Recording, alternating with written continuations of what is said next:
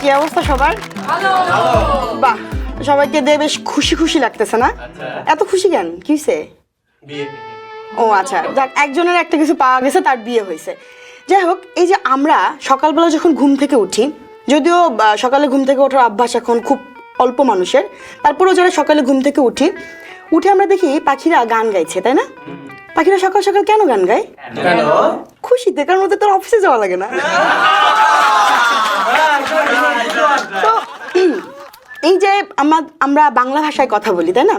তো বাংলা ভাষাটা কিন্তু আমাদের খুব পছন্দের, একদিকে মাতৃভাষা, আর একদিকে আমার পছন্দ এই কারণ বাংলা ভাষায় এমন কিছু কিছু শব্দ আছে যেগুলো আপনার খুব খারাপ পরিস্থিতিকেও খুব সুন্দরভাবে উপস্থাপন করে।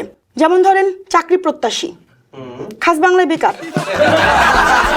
মানে বেকারটা শুনলে কিন্তু ভালো লাগে না, কিন্তু বাংলা ডিকশনারিতে এমন শব্দও আছে চাকরি প্রত্যাশী, শুনলে মনে হয় এই কবে জানি আবার অ্যাপয়েন্টমেন্ট লেটার চলে আসে। মানে ব্যাপারটা খুব ভালো লাগে, তাই না? আচ্ছা, এই যে বেকার যারা, এদেরকে যদি আপনি কখনো জিজ্ঞেস করেন যে ভাই তোমার জীবনের কঠিন দিনগুলো কখন, খুব ইজিলি উত্তর দিবে বেকার থাকার দিনগুলি। আর চাকরিজীবীদেরকে যদি জিজ্ঞেস করেন যে ভাই আপনার জীবনের কঠিন দিনগুলি কখন, বলবে রবি থেকে বৃহস্পতি।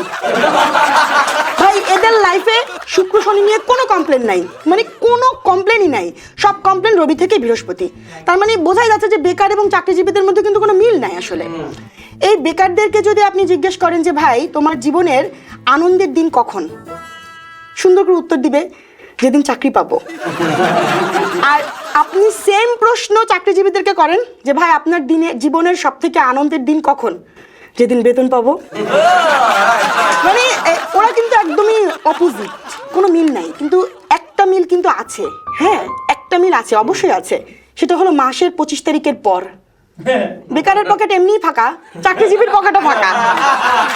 কিন্তু ভাই আমার এখানে একটা ব্যাপার আছে, সেটা হলো আমি কিন্তু এই বেকার চাকরিজীবী কারোর সাথে আমার কোনো মিল নেই, কারণ আমার মাসের 15 তারিখে পকেট ফাঁকা হয়ে যায়। সিরিয়াসলি, মানে আমি একেবারে দরিদ্র সীমার নিচে অবস্থান করি। তো এই যে বেকার চাকরিজীবী ব্যাপারটা কেমন না, একটা ভালো লাগে না আমার কাছে। তো আপনাদের জীবনে সব থেকে ইম্পর্টেন্ট ব্যক্তি কারা? বাবা মা, ভাই বোন? আমার কিন্তু এটা না, আমার কিন্তু সব থেকে ইম্পর্টেন্ট ব্যক্তি হলো আমার আত্মীয় স্বজন, পাড়া প্রতিবেশী, কারণ সারাদিন তাদের সাথে দেখা হয়, আর দেখা হইলে বলে চাকরি কবে বাবা। মানে আমি খুবই ইম্বারেসড এদের জ্বালায়, মাঝে মাঝে ফ্রাস্ট্রেটেড হয়ে যাই। তো ফ্রাস্ট্রেটেড হয়ে বড় মামার কাছে গেলাম, গিয়ে বললাম যে মামা এই যে জীবনে চাকরি থাকাটা খুব জরুরি না জীবনে বেঁচে থাকাটা জরুরি? মামা তো আমার অপমান করতে পারে না, মামা বললো জীবনে স্যালারি থাকাটা জরুরি। তো এই যে স্যালারি ব্যাপারটা, এটা কিন্তু আসলে খুব জরুরি একটা জিনিস। আমরা কিন্তু কেউ চাকরি পাওয়ার জন্য চাকরি আশা করি না, আমরা কিন্তু স্যালারি পাওয়ার জন্য চাকরি আশা করি। তো যাই হোক, এই কথা কিন্তু রবীন্দ্রনাথ ঠাকুর আমাদেরকে বলে গেছেন গানে গানে, কবিতায়। কেন ওই গানটা শুনেন নাই?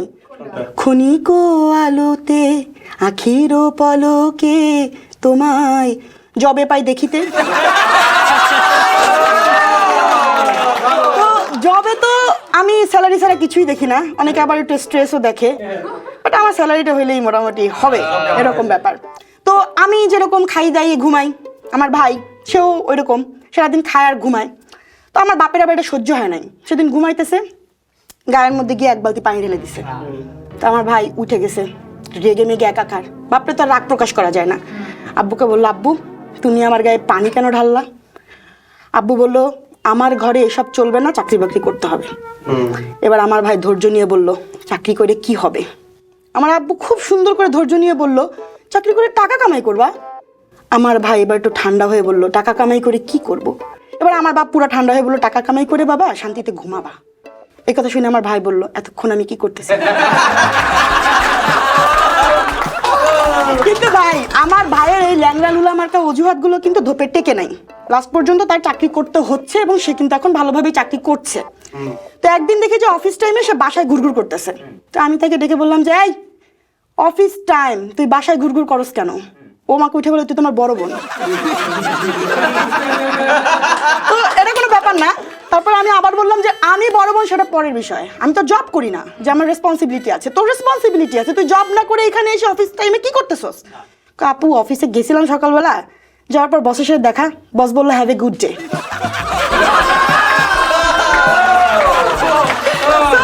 এরকমই তো। এই যে চাকরির তো অনেক ধরনের প্যাটার্ন আছে, তাই না?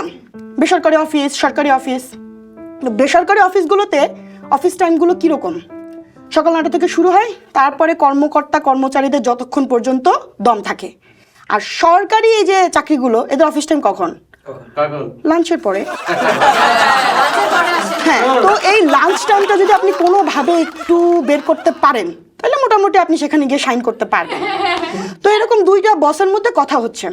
এক বস বলতেছে আমার অফিসের কর্মচারীদেরকে আমি ধরে অফিসে আনতে পারি না, আর আপনার অফিসের কর্মচারীরা একদম 9টা বাজার আগে এসে সবাই বসে থাকে। কাহিনী কি, আমাকে একটু এটার মানে এটা বুঝান তো।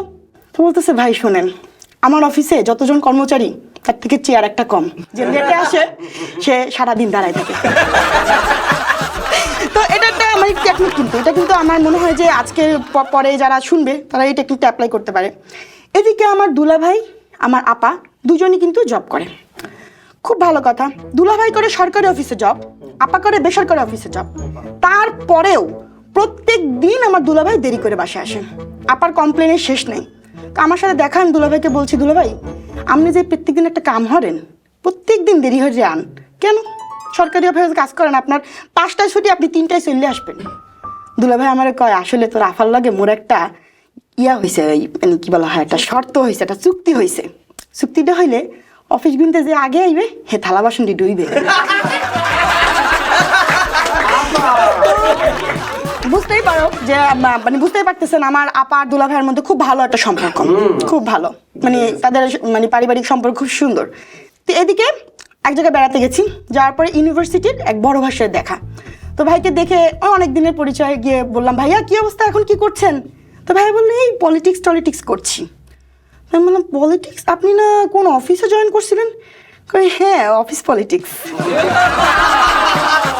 তো মানে আপনার যদি ইচ্ছা থাকে আপনি কিছু করার, আপনি যে কোনো জায়গায় বসে করতে পারবেন ভাই। মানে এটার জন্য কিন্তু আপনার ওই পোস্টার ছাপায় কিছু করতে হবে এটা কিন্তু ব্যাপার না, আপনি যে কোনো জায়গায় বসে করতে পারবেন। তো যাই হোক, এখন আপনাদের মনে হইতে পারে যে সবার লাইফ নিয়ে তো বলতেছেন, আপনার লাইফ নিয়ে কিছু বলছেন না কেন? ভাই আমার বয়ফ্রেন্ড আমাকে পাখি বলে ডাকে, ময়না পাখি। আমি আগেই বলেছি পাখিরা অফিসে যায় না।